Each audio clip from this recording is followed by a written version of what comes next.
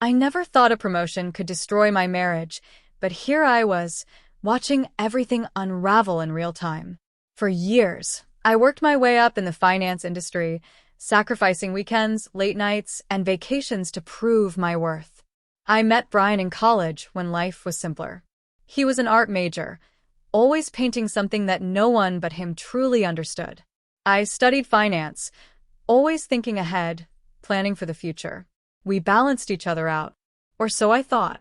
Brian had always been content with a simple life, never chasing promotions or higher paychecks. He took a job at a local gallery making $48,000 a year.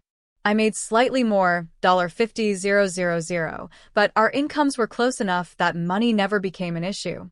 We split the bills, kept our personal accounts separate, and life went on. Then, out of nowhere, came the offer that changed everything. A dream job, senior financial analyst at one of the biggest firms in Boston. Base salary? $140,000. Bonuses? Substantial. For the first time, I felt like all my hard work had paid off. I could provide security, upgrade our home, maybe even take a real vacation without checking my bank balance every 5 minutes. I expected Brian to be happy. Instead, his face turned to stone. His arms crossed. His voice was tight when he asked, "So what does this mean for us?" Not excitement. Not congratulations. Just cold distance. I assured him that it only meant good things. Less financial stress, more opportunities. He didn't see it that way. He saw it as a shift in power. Suddenly, I was the breadwinner, and in his mind, that made him less of a man.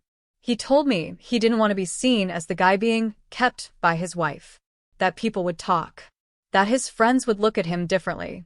I tried to reason with him. Reminded him that I had always supported his career choices, never pressured him to earn more, never made him feel less because of his salary. His response? A cold stare, followed by a brutal ultimatum. Either you turn this job down, or I don't know if our marriage will survive. My stomach dropped. I was stunned, speechless. Was he seriously asking me to throw away a once-in-a-lifetime opportunity just to soothe his fragile ego? The man I married had always been laid back, easygoing. But now, he was someone else entirely. Resentful, bitter, insecure. I turned to the people I trusted most. My father, Richard, a retired finance executive, didn't sugarcoat it. He can't handle your success. And if he can't now, he never will. My mother, Maria, who usually avoided taking sides, admitted she was disappointed in Brian. But Jason, Brian's own brother, didn't hold back, delivering the harshest truth. He worked as a corporate lawyer, saw power struggles play out all the time. "If you give in to this now," he told me, "it won't stop here. He'll find more ways to control you." That was the moment I knew. I had to take the job. I couldn't let my husband's insecurities hold me back. I had worked too hard for this. I took the job. And that's when Brian revealed a side of himself I never expected. Taking the job felt like winning the lottery, at least for a moment. But reality hit fast. Instead of celebrating, I was stepping onto a battlefield. Brian didn't yell or threaten to leave. No, his tactics were quieter, more insidious. He made it clear that, in his eyes, I had changed. I wasn't the same supportive wife anymore. I was too focused on money, too ambitious, too cold. He never said these things outright, but the looks, the sighs, the way he distanced himself spoke volumes. At first, I thought he just needed time to adjust. But then I started hearing things. Friends began giving me strange looks. Eventually, one of them let it slip. Brian had been telling people I saw him as a burden, that I looked down on him, that I was trying to mold him into someone he wasn't. None of it was true, but the damage was done. People who used to treat us as a unit now gave me cautious, almost pitying glances. The shift was even more obvious at home. The first time I brought home a bonus check, $25,000 for exceeding expectations, his expression was unreadable. No excitement, no pride, just that same distant look. That night, he told me outright, "We're not equals anymore. This isn't a marriage. It's a business arrangement." And just like that, the divide between us grew wider. It didn't stop there. His mother, Catherine, who had always been kind but distant, suddenly started calling me regularly, her voice thick with concern. Men need to feel important in their marriage, she would say, as if I had stripped Brian of his dignity. She wasn't aggressive, but the message was clear. Fix this before you lose him. Then came the final straw. My friend Lauren pulled me aside after dinner one night. You should know Brian's been telling people you're pressuring him to quit his job, she said carefully. He makes it sound like you want him dependent on you. Like you don't respect what he does. It was like the floor had been pulled out from under me. My stomach turned as I processed the weight of his betrayal. He wasn't just sulking. He was actively shaping a narrative where I was the villain. I confronted him, expecting denial, maybe an argument. Instead, he barely reacted, like he had already accepted this version of the story as fact. I couldn't recognize the man in front of me anymore. But the final gut punch? The real betrayal? I found out he had been recording our conversations. Secretly. Cutting them up, twisting my words, pulling phrases out of context to make me sound cruel, heartless. And that's when I realized this wasn't just resentment. This was calculated. He wasn't just hurt. He wanted to make me the enemy. Melissa's message popped up on my phone late one night, just as I was about to set it down and finally unwind. The moment I saw her name, my stomach twisted. A simple warning, but it hit me like a gut punch. Be careful. I overheard Brian twisting stories about you, playing recordings that make you sound awful. My fingers tightened around my phone. Was he really this desperate to ruin me?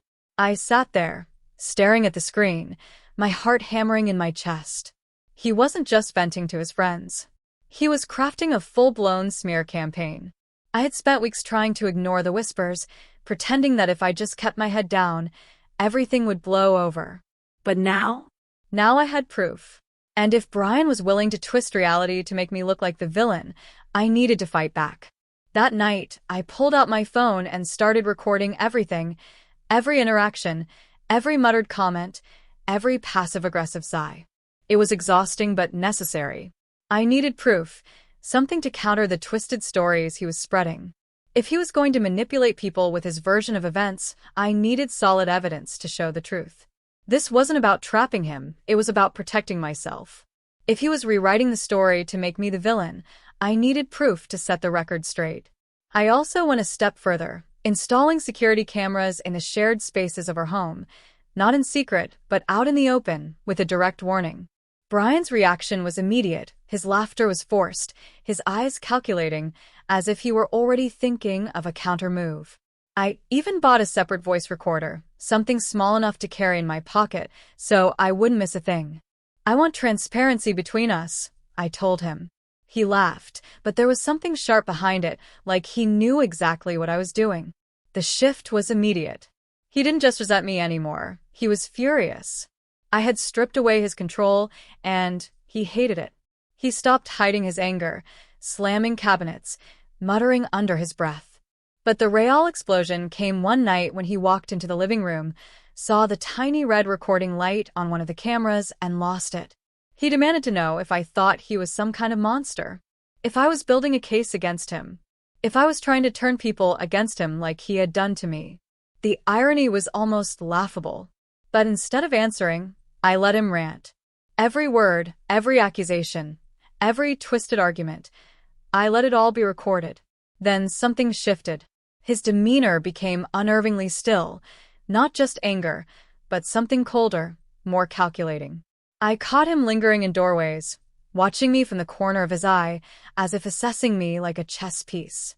He was no longer reacting to me. He was planning something. More than once, I caught him standing by the door, his gaze locked on me when he thought I wasn't looking. Not just watching, studying, waiting. He was quieter, his words more measured, like he was trying to decide his next move. He realized he wasn't winning. That no matter how loud he got, how much he tried to intimidate me, the narrative had changed. He wasn't in control anymore. And that scared him more than anything. He stopped talking. Stopped trying to argue, stopped making those little digs meant to wear me down. Instead, he vanished for hours, coming home reeking of cigarettes and something heavier, something that set me on edge. His absences stretched longer, his returns more unsettling. He avoided eye contact, his shoulders tense, like he was carrying something heavier than just resentment. I started to wonder if he was planning his exit strategy, or if he was working on something worse.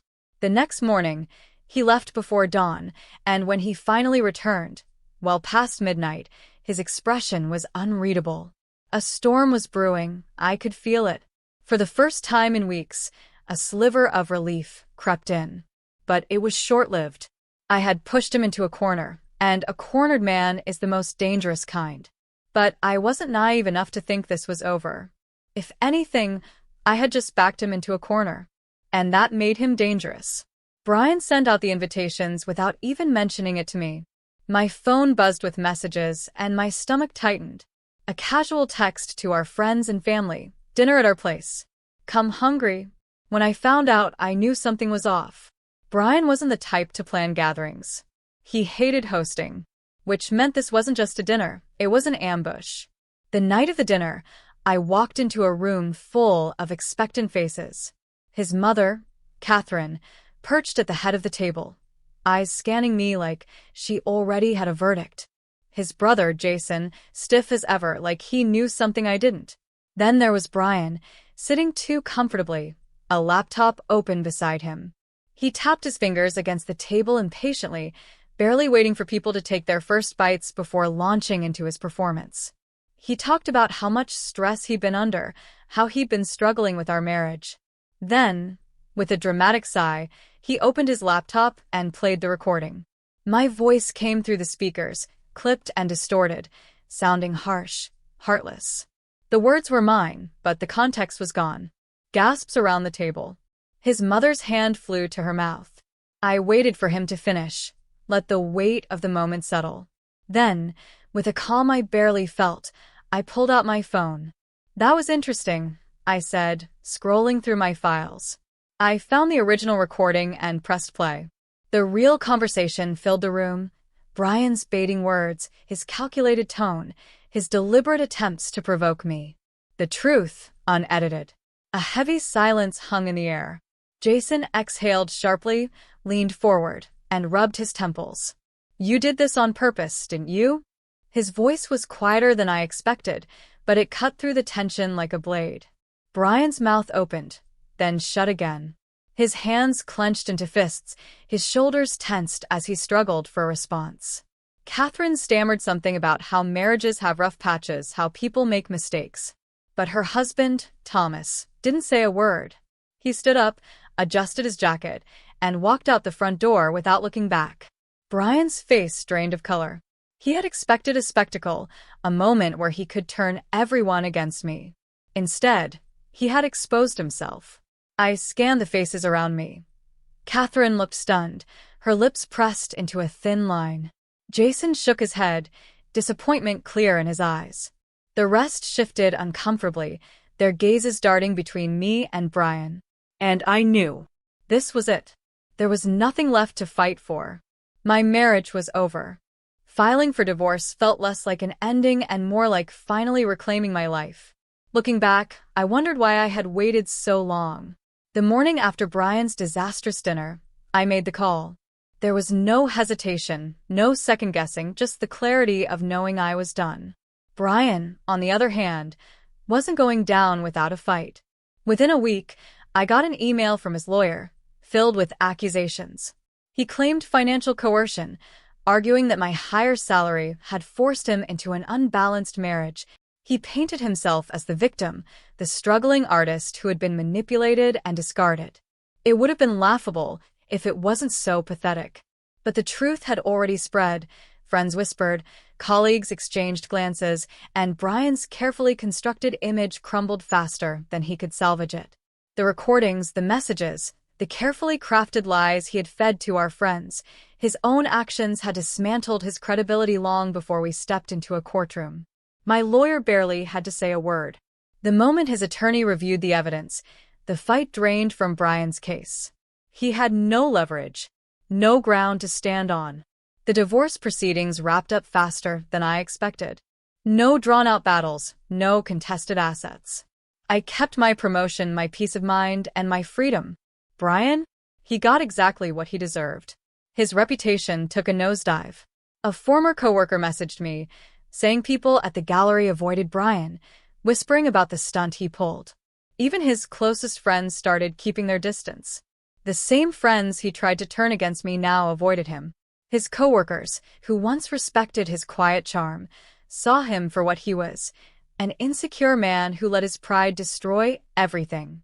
I heard through mutual connections that he left his job at the gallery. Whether out of shame or necessity, I didn't know. And honestly, I didn't care. For the first time in years, I felt truly free. I bought a new set of furniture, decorated my space exactly how I wanted, without compromise.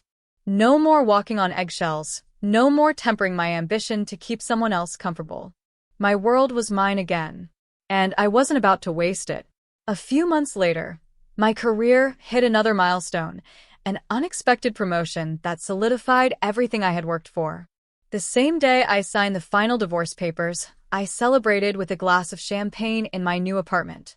No baggage. No regrets. Looking back, it was obvious. The problem had never been my paycheck. It had been his need for control. Signing the divorce papers, I felt the weight of his insecurity finally lift off my shoulders. The problem was never about money. It was about control. Brian wasn't afraid of my success. He was afraid of losing his grip on me. And now?